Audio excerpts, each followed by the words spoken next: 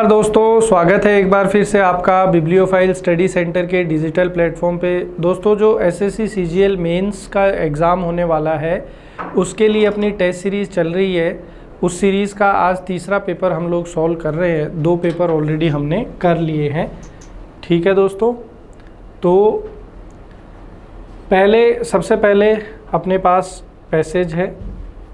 कह रहा है Senegal holding it's nerve to beat Egypt via a penalty shootout 4-2 on Sunday at the Stade d'Olembe in Yaoundé, Cameroon, to clinch its maiden African Cup of Nations AFCON, brought the curtains down on a drama-filled and at the same time tumultuous tournament. Senegal एक बोल सकते हैं कि country है जो कि किसको हराने का ख्वाब देख रही है। दोस्तों, इजिप्ट को हराने का ख्वाब देख रही है। फुटबॉल का मैच चल रहा है, इसलिए यहाँ पेनल्टी शूट आउट आया है और पेनल्टी शूट आउट में 4-2 से हराने का प्रयास चल रहा है सेनेगल का इजिप्ट को। और अगर वो इसमें कामयाब होती है तो अपना पहला अफ्रीकन कप जो है उसको जीत पाएगी। और ये जो टूर्नामेंट रहा था उनके लिए बड़ा ही उतार चढ़ाव वाला, बड़ा ही आप बोल सकते हैं कि मेहनत वाला रहा था। आगे कह रहा है Egypt led by the Liverpool talisman Mohamed Salah came into the final with big match pedigree having won the title a record 7 times.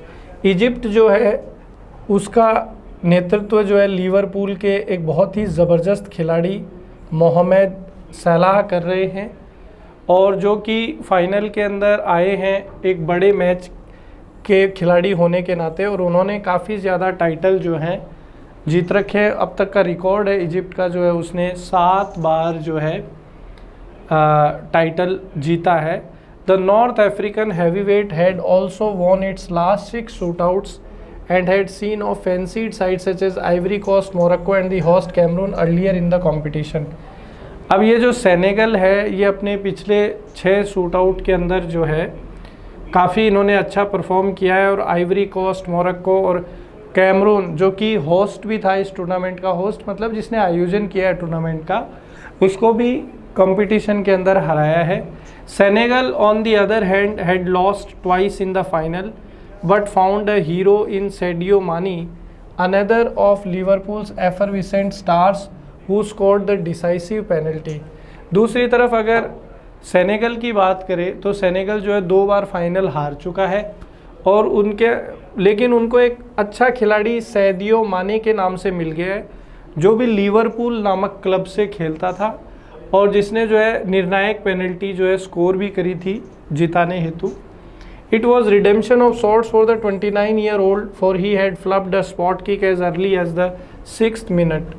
और ये जो है मेनली सैदियो माने जो है ये पहले मैच के अंदर एक पेनल्टी मिस भी कर चुका था। तो जब पेनल्टी किक हुई थी लास्ट में, पेनल्टी शूट आउट हुआ था, तो वहाँ पेनल्टी स्कोर करने से जो है इसका कॉन्फिडेंस भी थोड़ा बढ़ा था और ये आलोचना से बच गया था। But the night ended in glory capped by a celebratory lap of honour with his nation's flag draped around his shoulders, so it did for coach Eliouzi Cisse who had missed the all important penalty when Senegal first reached the final in 2002 and was the coach during the 2000 final defeat to Algeria। और इसके बाद में जब Senegal ने match जीत लिया था तो ये जो 29 वर्षीय सादियो मानी था सेनेगल का जो खिलाड़ी है उसने पूरे ग्राउंड के अंदर झंडे को अपने चारों तरफ लपेट कर एक चक्कर लगाया। और वो किसके सम्मान में लगाया? कोच एलियो सीजे के नाम सम्मान में लगाया, क्योंकि एलियो सीजे जब खुद खिलाड़ी थे और सेनेगल फाइनल में जब पहुंची थी 2002 में, तब वो जो है उसने महत्वपूर्ण पेनल्टी जब वो खिलाड़ी था उसने मिस कर दी थी। अब वो कोच है तो, और साथ ही साथ 2019 में जब अल्जीरिया से हारी थी सेनेगल फाइनल में, 2 बार पहुंची है सेनेगल फाइनल में, तब वो कोच था। तो एक बार तो एज ए खिलाड़ी वो हारा, पेनल्टी शूटआउट में पेनल्टी नहीं लग पाई उससे, और एज ए कोच 2019 में जब सेनेगल की टीम अल्जीरिया से फाइनल हार गई तो उसको खुशी देने के लिए पूरे ग्राउंड में उसने सेनेगल का झंडा लगा के जो है पूरे ग्राउंड में वो चक्कर उसने लगाया कोच को सम्मान देने के लिए। The quality of football in the final was largely dire and was marked by incessant fouling. Final के अंदर जो मैच हुआ था वो बहुत ही ख़राब हुआ था, फाउल बहुत ज़्यादा हुए थे, अच्छे से दोनों टीमों ने नहीं खेला था। But the lasting impression will be that of delirious Senegal's fans celebrating the moment their nation's name was etched in the history book. लेकिन सेनेगल के जो फ़ैन थे वो काफ़ी प्रसन्न थे अंत में, क्योंकि उनकी टीम जीत गई थी और इतिहास में उनकी टीम का नाम जो है वो दर्ज हो गया था। But the tournament will forever be punctuated by unsavoury happenings off the field. लेकिन टूर्नामेंट जो है वो याद किया जाएगा मैदान पे हुई दुखद घटनाओं के लिए। क्यों, क्या क्या हुआ था? The most tragic of these was the trampling to death of at least 8 Cameroonians on January 24 at the Stade d'Olembe. ठीक है, इसका सबसे बड़ा जो दुखद घटना थी वो ये थी कि 8 कैमरून के जो लोग हैं उनकी डेथ हो गई थी 24 जनवरी को इस स्टेड डी ओलंपिक नाम के जगह पर, which has already led to the postponement of the event by year played spoil sport again, suffering many sides, best laid plans and preparation time। और फिर उसकी वजह से कोरोना आ गया था, कोरोना की वजह से टूर्नामेंट डिले हो गया, ढंग से नहीं हो पाया था। It also did not help that certain European clubs and coaches were reluctant to release their players in the middle of their club seasons, with Liverpool coach Jurgen Klopp even terming AFCON a little tournament।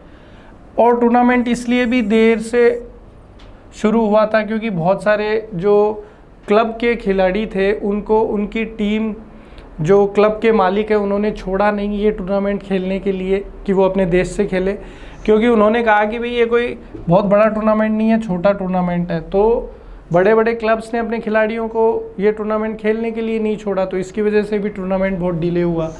आगे, it is true that European football currently occupies an exalted position with its crown jewel the quadrennial tournament with Euros next only to the FIFA World Cup. अब चूंकि Europe के अंदर जो भी football है उसका एक बहुत बड़ा ओहदा है, और फीफा जो फुटबॉल की सबसे बड़ी संस्था है उसके बाद में यूरोपियन क्लब्स का बहुत महत्व है, उनकी बहुत ज़्यादा इज्जत है। But to deny their continental competitions their due would be a severe disservice. लेकिन दूसरे टूर्नामेंट्स को डिसरेस्पेक्ट करना ये भी कहीं जायज़ बात नहीं है। One just needs to look at what last year's Copa America win meant to Lionel Messi. Despite having won every trophy and every award at club level, the Argentine legend coveted success with the national team the most। एक चीज़ आपको ये भी समझनी चाहिए, author कह रहा है कि आप चाहे क्लब वगैरह से कितने भी टूर्नामेंट जीत जाओ, मैच जीत जाओ, लेकिन राष्ट्रीय टीम के साथ कोई टाइटल जीतना, कोई टूर्नामेंट जीतना उसकी बराबरी नहीं है। फिर उन्होंने उदाहरण दिया है लियोनेल मेसी का कि पिछले वर्ष जब लियोनेल मेसी ने कोपा अमेरिका कप, जो कि अर्जेंटीना के अंदर खेला गया था, तो वहाँ पर अपनी राष्ट्रीय टीम के साथ टूर्नामेंट को जीता, तो उनकी खुशी देखने लायक थी, बहुत ज़्यादा खुश थे। It was a similar quest for Mane and Senegal of overcoming doubts and barriers to experience the purest form sporting joy there is. Mane called it the best day of his life and it is impossible to disagree. इसी प्रकार से मानी जो Senegal का खिलाड़ी है, उसने जब ये मैच अपनी टीम को जिताया तो उसने कहा कि ये मेरे जीवन का सबसे प्रसन्नता भरा दिन है, आज का दिन मैं ज़िंदगी में नहीं भूल पाऊंगा। और कोई भी इस बात से असहमत नहीं हो सकता, क्योंकि देश के लिए कुछ जीतना इससे बड़ी उपलब्धि कोई नहीं है। पहला प्रश्न ये कहा है कि सेनेगल जो है टीम, उन्होंने अपने चारों राष्ट्र का झंडा लपेटा, इसका कारण क्या था? तो इसका कारण ये था दोस्तों कि वे जो थे कोच एलियोजो सीसे के लिए इन्होंने ये किया था, क्योंकि कोच एलियो सीसे जो है जब पहली बार सेनेगल फाइनल में पहुंची थी तो उसने पेनल्टी मिस कर दी थी, टीम हार गई थी। दूसरी बार जब वो कोच था तब अल्जीरिया से फाइनल में सेनेगल हार गया था। तो अब जब सेनेगल फाइनल में जीता तो उन्होंने अपने कोच को सम्मान देने हेतु पूरे ग्राउंड में झंडे को अपने शरीर पर लपेट कर चक्कर लगाया था। आगे चलते हैं दोस्तों, क्वेश्चन नंबर 2 इसका कह रहा है why Liverpool coach Jurgen Klopp declined to release their player to participate in the AFCON tournament. AFCON tournament में पार्टिसिपेट करने के लिए उन्होंने मना क्यों कर दिया? क्योंकि यहाँ पर लिखा हुआ है ना, उन्होंने कहा कि भाई ये जो टूर्नामेंट है वो एक लिटिल टूर्नामेंट है, छोटा टूर्नामेंट है, कोई बड़ा टूर्नामेंट नहीं है, इसलिए उन्होंने जो है इसको जो अपने खिलाड़ियों को छोड़ा नहीं। तो कौन से ऑप्शन में दिया हुआ है? एक तो ऑनगोइंग क्लब सीज़न, कि क्लब सीज़न चल रहा था इसकी वजह से खिलाड़ियों को नहीं छोड़ा। दूसरा जो है उन्होंने कहा कि AFCON is inconsequential tournament for Liverpool players. और एक उन्होंने ये भी कहा कि एफकॉन जो है वो कोई बहुत ज़्यादा महत्व वाला टूर्नामेंट नहीं है लिवरपूल के खिलाड़ियों के लिए। तो फर्स्ट और फोर्थ जो है यहाँ पर हमारा करेक्ट आंसर हो जाएगा। अगला क्वेश्चन उन्होंने कहा कि कौन सा स्टेटमेंट जो है वो सही नहीं है पैसेज के अनुसार। कह रहा है कि winning trophy and every award at club level is the purest form of sporting joy for players than for national team. यही चीज़ गलत है, नॉट करेक्ट पूछ रहा है तो यही गलत है, क्योंकि भाई किसी भी खिलाड़ी के लिए क्लब से जो जीत होती है वो बड़ी जीत नहीं है, देश से जो जीत है वो बड़ी जीत है। जैसे मैं आपको कहूँ विराट कोहली है, अब विराट कोहली बेंगलोर से खेलता है आईपीएल में, बेंगलोर उसका क्लब ही है एक तरीके से, रॉयल चैलेंजर बेंगलोर, और वैसे वो भारत का खिलाड़ी है, तो उसको आरसीबी के लिए ट्रॉफी जीतना ज़्यादा खुशी देगा कि भारत के लिए वर्ल्ड कप जीतना। ऑब्वियसली भारत के लिए वर्ल्ड कप, अभी T20 वर्ल्ड कप जीता तो कितना खुश था। तो ऐसा नहीं है कि भाई वो क्लब से जीतना नहीं चाहता है क्लब से जीतना, लेकिन भारत से अगर वो जीतता है ट्रॉफी तो उसकी बराबरी नहीं है। तो ये इसने कहा है कि भाई क्लब से जीतना खिलाड़ियों को ज़्यादा खुशी देता है, ये गलत बात है, देश से जीतना ज़्यादा खुशी देता है। तो यहाँ पर ऑप्शन ए जो है आपका आंसर होगा। अगला क्वेश्चन कह रहा है कि the best football is seen between heavyweight European clubs but nationalism adds an edge in the referred line, what speaker wanted to convey.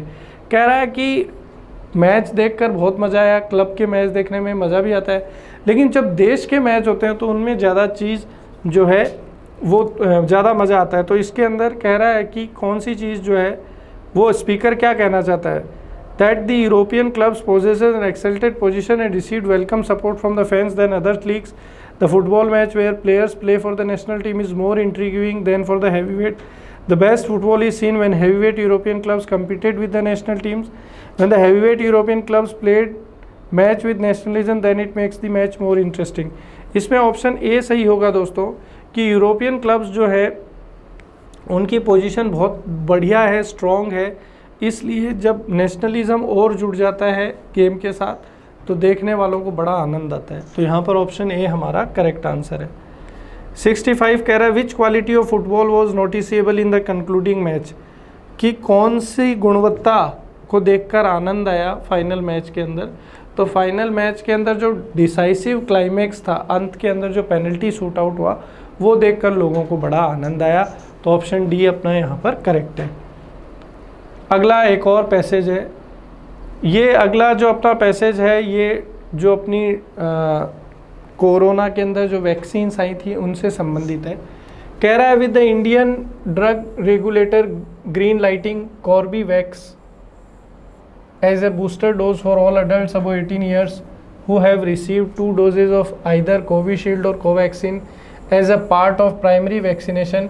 A heterologous booster shot has come a step closer to being administered to people.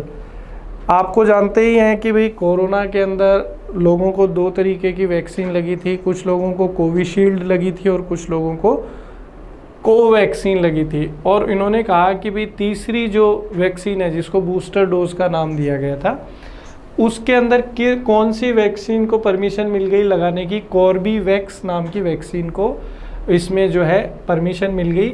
और ये एक हेट्रोलॉजस booster shot है, हेट्रोलॉजस booster shot जो है इसको नाम दिया गया है। आगे कह रहा है 2 booster shots have been administered since January 10 beginning with health care and frontline workers and people over 60 with comorbidities. India has been using the same vaccine for both primary vaccination and booster homologous boosting. ये कह रहा है कि booster shots जो है वो जनवरी 10 से जब से शुरू हुए हैं, सबसे पहले हेल्थ केयर और फ्रंटलाइन वर्कर्स को दिए गए और 60 से ज़्यादा लोगों 60 से ज़्यादा कॉमॉर्बिटीज़ जो है भारत के अलग अलग हेल्थ एजेंसीज़ जो हैं वो यूज़ कर रही है इसी वैक्सीन का प्राइमरी वैक्सीनेशन के लिए। मतलब शुरू में भी कॉर्बीवैक्स लगा रहे हैं और फिर बूस्टर डोज के नाम पे भी कॉर्बीवैक्स लगा रहे हैं। In clinical trials A booster dose using A vaccine that is different from the one used for primary vaccination. हालांकि क्लिनिकल ट्रायल्स में क्या था, बूस्टर डोज में जो वैक्सीन अपन यूज़ कर रहे हैं वो अलग है प्राइमरी वैक्सीनेशन से। प्राइमरी वैक्सीनेशन में जैसे कोविशील्ड था और दूसरा क्या था, कोवैक्सीन था, ठीक है, जबकि बूस्टर डोज में क्या था, कॉर्बीवैक्स था। आगे कह रहा है technically called heterologous boosting produced higher immune responses when compared with the same vaccine for primary and booster vaccination. Technically called heterologous boosting, ये जो बार बार शब्द आ रहा है इसको अब डिफाइन किया गया है पैसेज में कि ये हेट्रोलोगस बूस्टिंग जो है क्या। तो हेट्रोलोगस का मतलब होता है दोस्तों produced higher immune responses when compared with the same vaccine for primary and booster vaccination. Heterologous जब अपन ने लगाया मतलब प्राइमरी में अलग लगाई और फिर बूस्टर में दूसरी वैक्सीन लगाई तो इम्यून सिस्टम जो है ज़्यादा बढ़िया डेवलप हुआ जब आपने प्राइमरी और बूस्टर सेम वैक्सीन लगाई उसकी तुलना में। आगे कह रहा है trial by the Christian Medical College Vellore to found the same result as expected. Bio E phase 3 heterologous booster vaccine trial using Corbevax in people who have received 2 doses of either Covaxin or Covishield did produce significantly higher immune responses। ठीक है, यहाँ पर भी वही बात करी है कि भाई जिनको कोवैक्सीन या कोविशील्ड लगा और उनको फिर अपन ने हेट्रोलोगस बूस्टिंग की तहत कॉर्बीवैक्स लगाई तो उनकी इम्यून सिस्टम ज़्यादा बढ़िया डेवलप हुई। But with the control group not receiving A homologous booster shot but only a placebo, the trial failed to bring out the enhanced immune responses by using Corbevax as a heterologous booster। लेकिन कह रहा है कि बहुत सारे लोगों का या वैज्ञानिकों का ऐसा भी मानना था कि जब हेट्रोलोगस बूस्टिंग का उपयोग किया तो कोई इतनी ज़्यादा सफलता नहीं मिली। आगे कह रहा है any vaccine administered as a booster immaterial of being homologous or heterologous months after primary vaccination will by default increase the immune responses। फिर कई बार कह रहा है कि अगर सेम वैक्सीन लगाते हैं तो भी वैसा ही नज़र आया इम्यूनिटी सिस्टम और अपोजिट तरीके की वैक्सीन लगाई तब भी सेम ही नज़र आया। The trial has thus only show that Corbevax as a heterologous booster increases the immune response but failed to show that heterologous boosting with this vaccine produces superior human responses than homologous boosting with Covishield और Covaxin. तो ये कह रहा है कि कुछ trials में ये भी पता चला कि दूसरी वैक्सीन लगाते हैं बूस्टर में अगर कोविशील्ड और कोवैक्सीन से अलग तो इतना कोई बहुत लंबा चौड़ा फ़र्क नहीं पड़ता है, लेकिन कुछ केसेस में बढ़ाई भी। तो किस चीज़ को सही माना जाए? कह रहा है it is all the more surprising that the booster trial used a placebo for the control arm as even the phase 3 clinical trial to study the immunogenicity of Corbevax for primary vaccination use the comparator vaccine Covishield for the control group. तो उन्होंने कहा कि फिर इसको दोबारा अध्ययन के लिए भेज दिया गया कि हेट्रोलोगस बूस्टिंग के साथ जाया जाए या होमोलोगस बूस्टिंग के साथ जाया जाए। With Corbevax being approved as a heterologous booster based on a poorly designed heterologous booster trial, the drug regulator can be expected to soon green light Covishield and Covaxin as heterologous boosters based on the results of the CMC Vellore trial. अब कह रहा है कि बहुत सारे cases में ये जो वैक्सीन है कौन सी कॉर्बीवैक्स उसने इतने अच्छे रिजल्ट नहीं दिए, तो बहुत सारे वैज्ञानिकों का या डॉक्टर्स का हेल्थ एजेंसीज का ये भी कहना है कि आप जो है बूस्टर वैक्सीन के नाम पे जो है किसको प्राथमिकता दे दो, कोविशील्ड को या कोवैक्सीन को। आगे कह रहा है specially as the trial clearly demonstrated the advantages of heterologous boosting compared with using the same vaccine for primary vaccination and boosting। क्योंकि भाई सेम वैक्सीन यूज़ कर रहे हैं तो भी ठीक ही आ रही है इम्यूनिटी, तो उन्होंने कहा कि भाई सेम वैक्सीन को अलाउ कर दो हेट्रोजीनियस बूस्टिंग में। while the National Technical Advisory Group on Immunization is quite likely to approve Corbevax as a heterologous booster shot without much delay, it remains to be seen whether it green lights it for all adults above 18 years। अब बहुत सारे जो advisory group हैं वो Corbevax को भी allow कर रहे हैं, किसके लिए? बूस्टर डोज के लिए। Given the greater likelihood of NTGI approving Corbevax as a heterogenous booster, the government is not likely to sidestep the expert group as in mid March as the booster shots have been rolled out for all adults above 18 years, the government should not hurry to approve Corbevax without NTGI not। लेकिन कुछ medical agencies जो हैं ये बोल रही हैं कि सरकार को जल्दी नहीं करनी चाहिए और ज़्यादा रिसर्च करनी चाहिए, तैयारी करनी चाहिए, और अगर उनको मिल जाती है वैक्सीन तो उसको वो लगानी चाहिए। पहला है which of the following condition is reflecting the homologous administration of vaccine dose, administration of Corbevax in addition to primary vaccination of either Covishield or Covaxin by applying the same vaccine for both primary vaccination and booster, using the mixture of Covishield and Covaxin in primary vaccination and then side stepping booster shot। तो उन्होंने कहा है कि कौन सी जो condition है वो homologous administration को दर्शाती है। तो होमोलोगस एडमिनिस्ट्रेशन ये दर्शाती है कि भाई अपन जो है सेम वैक्सीन अप्लाई करें प्राइमरी वैक्सीनेशन और बूस्टर के लिए। तो इसमें ओनली सेकंड जो है ये अपना करेक्ट आंसर होगा। होमोलोगस एडमिनिस्ट्रेशन का मतलब होता है कि जब आप प्राइमरी वैक्सीनेशन में भी वही वैक्सीन यूज़ करें और बूस्टर में भी वही यूज़ करें। तो यहाँ पर ओनली सेकंड यानी डी करेक्ट हो जाएगा। अगला कह रहा है according to the clinical trial के अनुसार कौन सा मैकेनिज्म बेस्ट है हाई इम्यून सिस्टम रिस्पॉन्स के लिए। तो हाई इम्यून सिस्टम के लिए जो है कौन सा ज़्यादा बढ़िया है, हेट्रोलोगस ज़्यादा बढ़िया है। जब आप प्राइमरी में जैसे आपने कोविशील्ड या कोवैक्सीन लगा दी और फिर बूस्टर डोज में आपने कॉर्बीवैक्स अलग वैक्सीन लगाई तो उसको हेट्रोलोजस बूस्टिंग बोलते हैं। तो बी ज़्यादा सही है। कह रहा है कौन सा स्टेटमेंट जो है इनमें से ठीक नहीं है एडिटोरियल के अनुसार। CMC Vellore trial found that heterologous booster is better than homologous booster. तो ये तो बिल्कुल ठीक है। जो वेलोर के अंदर हुआ था ट्रायल उसमें उन्होंने यही कहा था कि भाई हेट्रोलोजस जो है वो ज़्यादा बढ़िया है किससे, होमोलोगस से। बायो ई फेज जो था heterologous booster vaccine trial succeed in showing that heterologous boosting with this vaccine produces superior immune response, homologous boosting with Covishield or Covaxin, and NTAGI still not give its no to Corbevax as a heterologous booster shot। तो इसमें B ज़्यादा ठीक है क्योंकि उन्होंने इसमें बायोफेज E3 में उन्होंने ये पाया कि ये जो है ट्रायल के अंदर देखा गया था कि वो हेट्रोलोजस जो है बूस्टिंग ज़्यादा होती है बजाय कि होमोलोगस के। तो यहाँ पर जो है सेकंड आपका करेक्ट हो जाएगा, ऑप्शन सी जो है ये आपका करेक्ट हो जाएगा। आगे बढ़ते हैं। अगला what was the task given to the boy. अब ये नया पैसेज आ गया। अभी इस पैसेज को देखो मैं आपको इस तरीके से समझा देता हूँ। आपने अपने जीवन में एक कहानी सुनी होगी स्कूल में कि भाई एक गडरिया था और वो जो है अपनी भेड़ों को चराने जाता था पहाड़ी पे और वहाँ पर जो है उसको लोगों को मज़ा लेने के लिए कहानी कहता था कि भाई यहाँ पर शेर है, भेड़िया है, और यहाँ से चिल्लाता था बचाओ बचाओ। तो नीचे जो गांव वाले काम करते रहते थे वो भाग के ऊपर आते थे और वहाँ देखते थे तो कोई शेर या भेड़िया नहीं होता था तो वे बड़े नाराज़ होते थे। तो ऐसा 2-3 बार हो गया। ठीक है, तो एक बार उन्होंने उस लड़के को पीट भी दिया कि तुम अपने आनंद के लिए हमारा टाइम ख़राब करते हो। और फिर एक दिन ऐसी घटना होती है कि सच में शेर भेड़िया आ जाता है और वो आवाज़ लगाता है, कोई भी नहीं आता, और जो शेर और भेड़िया जो होता है वो उसको और उसकी भेड़ों को खा जाता है। ये वो ही कहानी है। तो इसमें उन्होंने कहा कि एक बार एक लड़का था गांव में जो है मैदान में मतलब खेतों में जाता था अपनी भेड़ों को जो है लुक आफ्टर करने के लिए, उनकी देखभाल करने के लिए।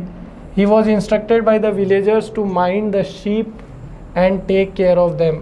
गाँव वालों ने उसको जिम्मेदारी दे रखी थी कि तुम्हें भेड़ों की देखभाल करनी है और उनको जो है उनको ध्यान रखना है। Don't let them stray set the villagers to him. गाँव वालों ने उन्हें कहा कि आप भेड़ों को इधर उधर भटकने मत देना। And keep a good look out for those Wolves. और वहाँ पर भेड़िए घूमते हैं उनके ऊपर नज़र रखना कि वो भेड़ों को खा नहीं जाए। Don't go far away and if you see a wolf coming near the ship shout out wolf as loudly as you can and we will come at once to help you. और गाँव वालों ने ये भी कहा कि अगर आपको कहीं पे पास में भेड़िया दिख जाए तो आप ज़ोर से चिल्ला देना भेड़िया भेड़िया, तो हम आपकी जो है मदद करने के लिए आ जाएंगे। All right side the boy. लड़के ने कहा ठीक है, आई विल बी केयरफुल, मैं ध्यान रखूँगा। So every morning he drove his ship to the hill side and watched them all day, and when evening came he drove them home again. But after a few days he got rather tired of this lonely life. Nothing happened and no wolves came. So one afternoon he said to himself, these villagers have given me a very useless job. I think I will play a trick on them just for fun. अब ये सिलसिला कई दिन तक चलता गया। वो भेड़ों को ले जाता था, चरा के वापस ले आता था। तो उसको लगा कि यार ये तो जीवन बड़ा नीरस हो गया, कोई इसमें आनंद नहीं है। फिर वो सोचता है कि ये गांव वालों ने मुझे बड़ा ही यार नीरस सा काम दे दिया है। तो वो क्या करता है कि फिर जो है वो सोचता है कि यार मैं गांव वालों के साथ जो है कोई मज़े लेता हूँ थोड़ा। तो उसने क्या किया, so he got up and began shouting as loudly as he could, wolf wolf. The people in the village heard him and at once they came running with their sticks Wolf shouted the boy and then ran faster. At last they came up to him out of breath. Where is the wolf? They panted, but the boy only laughed and said, there is no wolf. I only shouted for fun, and it was fun to see you all running as hard as you could. The men were very angry. You mischievous boy, they said, if you play a trick like that again, we will beat you instead of the wolf. And they went back to their work in the village. For some days the boy kept quiet, but he got restless again and said to himself, I wonder if they will come running again if I cry wolf once more. It was so much fun for the last time. अब वही किया उस लड़के ने, एक दिन unnecessary चिल्लाने लग गया भेड़िया भेड़िया, तो गांव वाले बेचारे भाग के आए एकदम पहाड़ के ऊपर चढ़ के, और हाँफते हाँफते पूछा कहाँ है भेड़िया, तो उसने कहा कोई भेड़िया नहीं है, मैं तो ऐसे ही आपके मज़े ले रहा था, चिल्ला रहा था। गांव वालों को बड़ा गुस्सा आया और उन्होंने कहा कि अगर तूने दोबारा ऐसा किया ना तो तेरी पिटाई कर देंगे, भेड़िए को तो बाद में मारेंगे, पहले तेरे को मार देंगे। अब क्या हुआ, उसने जो है थोड़े टाइम तो शांत रहा, लेकिन एक बार फिर वो सोचता है कि यार अगर मैं फिर चिल्लाऊंगा तो गाँव वाले आएंगे क्या, चेक करते हैं। तो उसने फिर ऐसा किया।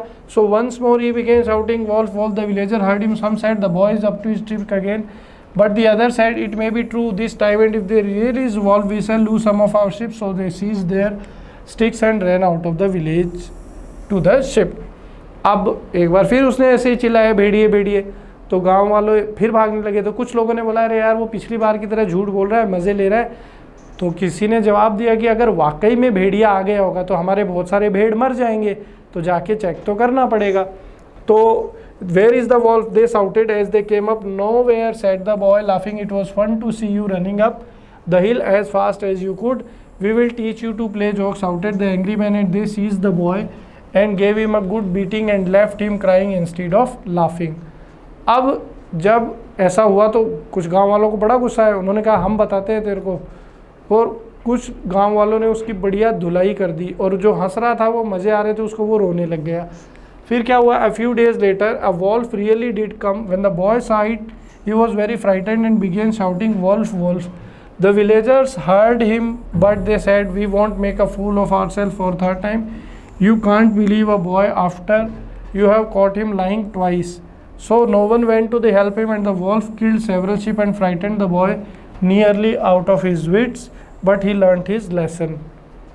और फिर तीसरी बार क्या हुआ, वाकई में भेड़िया आ गया, और जब वो चिल्लाया भेड़िया भेड़िया तो कोई नहीं आया, क्योंकि उनको लगा कि यार 2 बार झूठ बोला, अभी भी झूठ ही बोल रहा होगा, और बहुत सारी भेड़ों को वो भेड़िया खा गया, और उस लड़के को भी जो है काफ़ी उसने डरा दिया था, बस मारा ही नहीं। तो यही है, पहला कह रहा है कि है ना व्हाट वाज द टास्क, कौन सा काम दिया गया था बच्चे को, तो उसको जो है लड़के को भेड़ियों को, वो जो भेड़ें थी जिनको चराने का काम किया गया था, तो to mind the ship, mind the ship मतलब उनका ध्यान रखने का काम दिया गया था। दूसरा क्वेश्चन बोल रहा है why did the boy yell out wolf, पहली बार वो क्यों चिल्ला रहा था भेड़िया भेड़िया, क्योंकि वो क्या करना चाह रहा था, he wanted to play a trick on the villagers, गांव वालों के साथ मजाक करना चाह रहा था।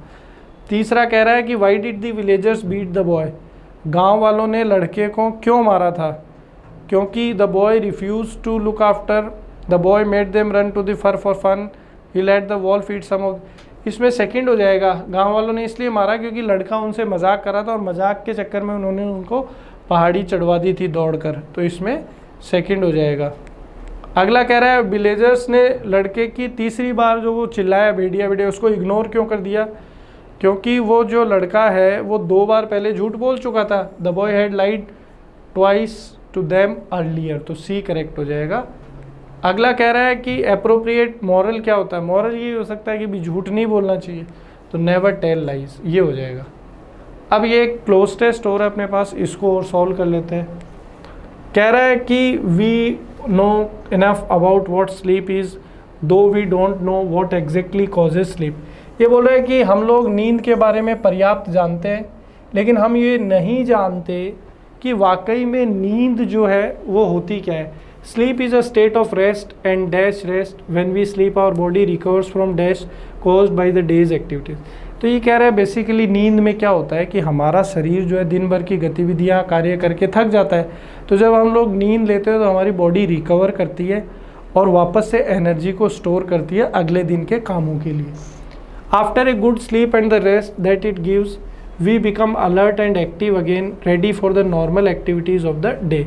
अच्छी नींद के बाद हमें हमारे शरीर को आराम मिलता है और हम दोबारा से जो है काम करने के लिए तैयार हो जाते हैं। When we wake dash in the morning, it is not always possible for us to remember what happened when we were asleep. जब हम अगले दिन सुबह उठते हैं तो हमारे लिए ये याद रखना संभव नहीं होता है कि जब हम सो रहे थे तब क्या हुआ था। We may remember a dream, but the rest of our sleep was a kind of darkness in which nothing seems to have taken dash. हो सकता है हमें थोड़ा बहुत कोई सपना याद आ जाए, बट ज़्यादातर समय नींद में हम क्या कर रहे थे वो हमारे लिए एक अंधकार है, अननोन है, हमें नहीं पता होता है कि हमने उस समय क्या किया था। Several things happen to our body while we are sleeping. बहुत सारी चीज़ें हमारे शरीर के साथ होती है जब हम सो रहे होते हैं। As we sink deeper into sleep our muscles relax more and more, कि जब हम लोग गहरी नींद में जाते हैं तो और ज़्यादा हमारे जो मसल्स है वो रिलैक्स हो जाते हैं। Our heart beat become slower, हमारी जो हार्ट बीट है वो धीमी हो जाती है। Our temperature and blood pressure go down, हमारा टेम्परेचर और ब्लड प्रेशर जो है वो कम हो जाता है। The ever active brain also slows down so that we can't think or act dash but we dream. और जो हमारा ब्रेन जो समय से एक्टिव होता है उसकी एक्टिविटी भी थोड़ी कम हो जाती है, लेकिन हम लोग सपना ले सकते हैं, ये नींद में चल सकता है। तो पहला बोल रहे हैं कि पहला क्या होना चाहिए, तो पहले में क्या है कि sleep is a state of rest and dash rest. कैसा रेस्ट है? अनकॉन्शियस। अनकॉन्शियस मतलब बेहोशी, तो बेहोशी की हालत में ही होते हैं नींद के अंदर, तो इसे सी हो जाएगा। अगला कह रहा है कि सेकंड ऑप्शन में क्या आना चाहिए, when we sleep our body recovers from. Body किससे रिकवर करती है? फटीग से रिकवर करती है। फटीग का मतलब होता है थकान, बॉडी थकान से रिकवर करती है। अगला क्या है, तीसरा कह रहा है कि व्हेन वी वेक, जब हम लोग उठते हैं तो वेकअप फ्रेजल वर्ब है, वेकअप का मतलब होता है उठना। तो वो रहे जब भी हम उठते हैं मॉर्निंग के अंदर तो हमारे लिए पॉसिबल नहीं होता है, क्या याद रखना है, and we may remember a dream but the rest of our sleep was a kind of darkness in which nothing seems to have taken place, कि जैसे कुछ भी नहीं हुआ है, यही हमारे लिए जो है वो रहता है। अगला, several things happens and to our body while we are sleeping. As we sink deeper into sleep, our muscles relax more and more, our heartbeat becomes slower, our temperature and body go down, the ever active brain also slows down so that we can't think or act consciously but we dream. Consciously हम लोग act नहीं कर पाए, इसलिए जो है हम लोग जो है ड्रीम में रहते हैं। ठीक है, चलिए अगला क्वेश्चन, आपको करेक्ट स्पेलिंग बतानी है। किसकी करेक्ट स्पेलिंग बतानी है आपको? यहाँ पर दिया हुआ है कौन सी स्पेलिंग सही है। तो टायरेनी जो है वो करेक्ट स्पेलिंग है दोस्तों। टायरेनी का मतलब होता है क्रूरता। टायरेनी का मतलब क्या होता है? क्रूरता। ऑप्शन ए जो है अपना सही है। अगला क्वेश्चन, क्वेश्चन नंबर 80 कह रहा है सही स्पेलिंग बताओ। तो अंडररेट जो है वो सही स्पेलिंग है, ये वाली अंडररेट। अंडररेट मतलब किसी को उसके मूल्य से या महत्व से कम आंकना। अगला देखो, इसमें ये आ गया पैराजंबल का क्वेश्चन। सही तरीके से इसको जोड़ना है। मैंने आपको पहले भी बताया, ओपनिंग स्टेटमेंट में हमेशा सब्जेक्ट आप पकड़ने की कोशिश करिए। तो कहानी की शुरुआत आर से होगी कि 22 नवंबर को डायरेक्टर जनरल जो थे ICMR के, उन्होंने कहा कि कोई भी हमारे पास वैज्ञानिक सबूत नहीं है कि हम लोग एक बूस्टर वैक्सीन डोज को जो है फुल्ली वैक्सीनेटेड पीपल्स को लगा दें। तो आर से शुरुआत होगी। फिर पी हो जाएगा कि प्रायोरिटी ये है कि हम लोग परसेंटेज ऑफ लोगों को जिनको पहले 2 वैक्सीनेशन लगे हैं, पहले इस चीज़ पर हमको महत्व देना। प्राथमिकता हमारी ये है कि सबको 2 लग जाएं, first dose second dose. Booster के बारे में बाद में सोचेंगे। तो आर के बाद में पी आ जाएगा। फिर ऐसा जाएगा कि हेल्थ मिनिस्टर ने ये भी कहा कि प्राथमिकता ये है कि पहले जो है जिन लोगों को 2 लग चुकी है, ठीक है, ये कोशिश हम करें कि सबको 2 लगा दें, फिर बाद में बूस्टर वाले को अपने को निशाने पे लेना है। फिर लास्ट में क्यों आ जाएगा कि when there was growing clamour from a few states for booster dose once the new variant with higher transmissibility causing a huge surge in cases in South Africa became known, the government has reiterated that any decision on booster doses will be based solely on scientific recommendation. फिर last में सरकार ने भी कहा कि भाई booster dose लगाना है कि नहीं लगाना है, ये डॉक्टर या वैज्ञानिक डिसाइड करेंगे। अगर वो परमिशन देंगे तो लगाएंगे, अन्यथा नहीं लगाएंगे। तो इसमें जो है बी हमारा करेक्ट हो जाएगा। अगला अगेन PQRS का क्वेश्चन है। तो जैसा कि मैंने आपसे पहले ही कहा था कि कहानी की शुरुआत जो है वो फ्रेज से अनाउंस से होगी, तो यहाँ होगी long long ago the elephant had no trunk. बहुत समय पहले जो है हाथी के सूंड नहीं होती थी, तो क्या होती थी, तो he had only bulgy nose as big as a boot. तो उसका एक बड़ा नाक होता था, जैसे जूता नहीं होता वैसे जूते की तरह उसका एक नाक होता था, सूंड नहीं होती थी पहले हाथी के। तो आर के बाद में पी आ जाएगा, फिर क्यों आएगा कि भाई वो जो है उससे केवल खाने को इधर उधर कर सकता था, लेकिन वो उसको खा नहीं सकता था। तो R P Q S D correct हो जाएगा। अगला देखो 83 एक्टिव पैसिव, ये कह रहा है I shall have written the letter. तो यहाँ पर ये सब्जेक्ट है, ये हेल्पिंग वर्ब है, ठीक है, ये मेन वर्ब हो गया, ये ऑब्जेक्ट हो गया, ये फ्यूचर परफेक्ट का है। तो पैसिव में क्या होगा, ये ऑब्जेक्ट सब्जेक्ट बनेगा द लेटर। अब लेटर के साथ शैल नहीं आएगा, आई और वी के साथ शैल आता है, थर्ड पर्सन के साथ विल, तो द लेटर विल हैव। और यहाँ पर जो है हैज़ हैव, हैड के केस में पैसिव वर्ब कौन सी होती है, बीन होती है, तो यहाँ पर बी ऑप्शन करेक्ट हो जाएगा, the letter will have been written by me. अगला कह रहा है then her face was bowed. अब ये वॉज के साथ थर्ड फॉर्म है, तो ये पैसिव में है, तो इसको एक्टिव वॉइस में चेंज करेंगे तो पास्ट सिंपल का उपयोग करना पड़ेगा। पास्ट सिंपल का उपयोग करना पड़ेगा मतलब सेकंड फॉर्म लगानी है। तो बो का सेकंड फॉर्म क्या होता है, बाउड। तो then her face was bowed, तो then she bowed her face, क्योंकि यहाँ पर हर फेस जो है वो इधर सब्जेक्ट है पैसिव में, एक्टिव में जाएंगे तो ऑब्जेक्ट बन जाएगा, ये सेकंड फॉर्म और ये सब्जेक्ट। तो ऑप्शन ए ठीक होगा, then she bowed her face. Next कह रहा है active, the walls had not been. देखो हैड के साथ बीन लगा हुआ है, मतलब ये पैसिव में, जब एक्टिव में ले जाएंगे तो हैड के साथ थर्ड फॉर्म आएगी, तो बाई अस ये सब्जेक्ट बनेगा। तो we had not decorated the walls, ये बनेगा, we had not decorated the walls, क्योंकि जब पैसिव में जाएंगे तो हेड के साथ बीन और थर्ड फॉर्म आएगी, तो we had not decorated the walls, B सही है। अगला कह रहा है, ये डायरेक्ट इनडायरेक्ट का आ गया, कह रहा है जॉन ने मुझसे कहा कि तुम कहाँ थे पिछली रात। तो यहाँ पर देखो जॉन प्रश्न पूछने के लिए क्या आएगा, आस्क्ड आएगा, मी, वेयर। अब यहाँ तक तो सेम है WH वर्ड में।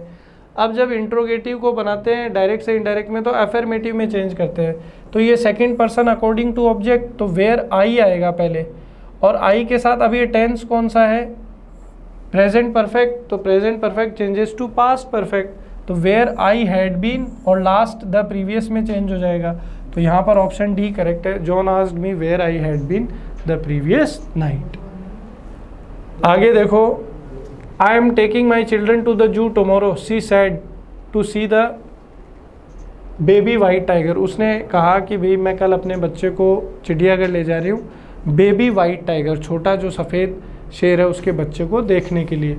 तो सी सैड दैट शी, अब ये she said that, I am taking कौन सा टेंस है, present continuous, present continuous changes to past continuous, तो she said that she was taking her children, the children नहीं होगा, हर चिल्ड्रन होगा, क्योंकि माई जो है वो हर में बदल जाएगा, her children to the zoo the next day, tomorrow the next day में चेंज हो जाएगा to see the baby white tiger, तो ऑप्शन सी जो है यहाँ पर अपना करेक्ट होगा।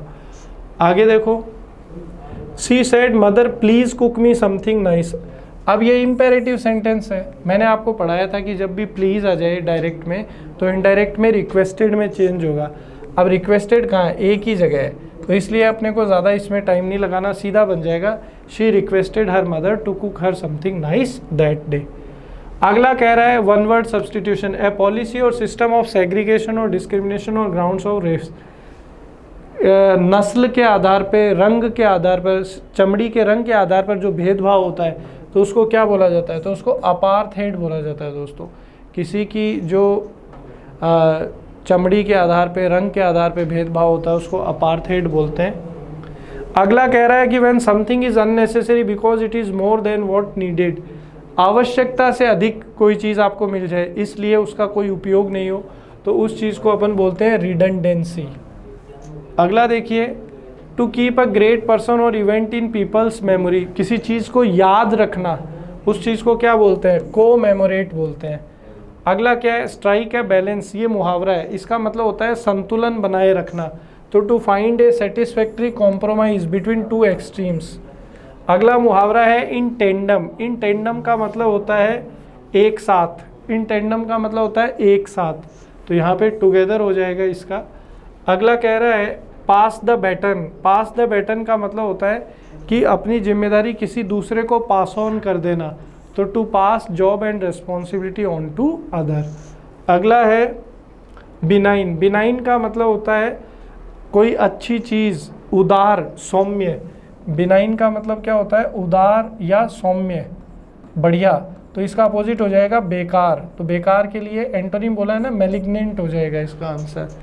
अगला देखिए गुंग हो। गुंग हो का मतलब होता है दोस्तों जो किसी चीज़ में ज़्यादा इंटरेस्ट ले, पैशनेट हो। तो इसका अपोजिट बताना है, तो इसका अपोजिट हो जाएगा एपैथेटिक, मतलब जिसको किसी चीज़ में ज़्यादा इंटरेस्ट नहीं हो। अगला वर्ड है पेयर। दोस्तों पेयर का मतलब होता है किसी चीज़ में कटौती करना।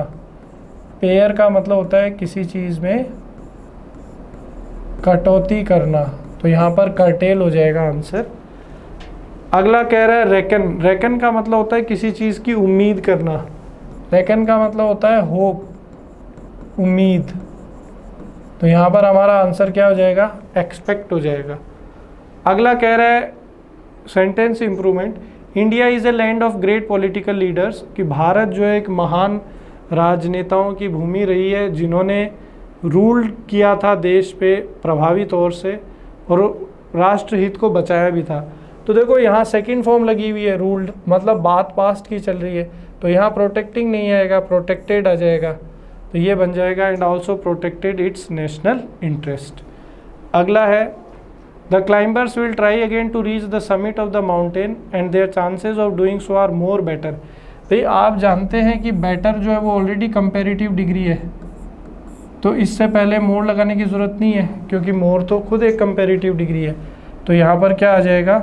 Are better than, D option. दो कंपेरेटिव डिग्री एक साथ यूज़ नहीं कर सकते। अगला है एरर का question. The manager put forward A number of criteria for the post. दोस्तों ए नंबर ऑफ के बाद में नाउन जो है वो प्लूरल आता है, तो क्राइटेरियो का प्लूरल क्राइटेरियंस नहीं होता है, क्राइटेरिया होता है। ठीक है, ये यहाँ पर अपना आंसर हो जाएगा। कौन से पार्ट में? बी में। अगला कह रहा है the railway have made crossing tracks A punished offence. Offence यानी अपराध। इस नाउन की विशेषता बताने के लिए एडजेक्टिव चाहिए। पनिश्ड तो वर्ब है, तो यहाँ पर आ जाएगा पनिशेबल। कैसा अपराध बना दिया है? पटरी को क्रॉस करना, दंडनीय अपराध। ऑप्शन सी में एरर है। अगला कह रहा है member shall be required to pay interest at such rate. At such rate नहीं होगा, रेट जो है वो सिंगुलर काउंटेबल नाउन है, तो इससे पहले आर्टिकल ए आएगा, तो सच अ रेट लिखना पड़ेगा। तो पार्ट बी में यहाँ पर एरर है। अगला कह रहा है citizens can not afford to take the law out of their hand. Out of their hands नहीं होगा, इन देयर हैंड्स, कि नागरिक जो है वो कानून को अपने हाथ में नहीं ले सकते। Citizens can not afford to take the law in their hands, option C ठीक है। और अंतिम प्रश्न कह रहा है the relatives of the deceased threaten to avenge his death, कि जो संबंधी थे उन्होंने ये धमकी दी कि वो जो है उसकी अपने रिलेटिव की मौत का बदला ले लेंगे। जब स्वयं व्यक्ति अपनी मौत का बदला लेता है या अपने लिए बदला लेता है तो उसको रिवेंज बोलते हैं, उसके स्थान पे कोई दूसरा उसके लिए बदला लेता है तो उसको एवेंज बोलते हैं। तो ये सेंटेंस बिल्कुल ठीक है, इसमें कोई एरर नहीं है। तो दोस्तों ये सॉल्यूशन अपना यहाँ पर कंप्लीट हो गया। मिलते हैं आपसे अगले वीडियो में। Thank you so much. जय हिंद, जय भारत।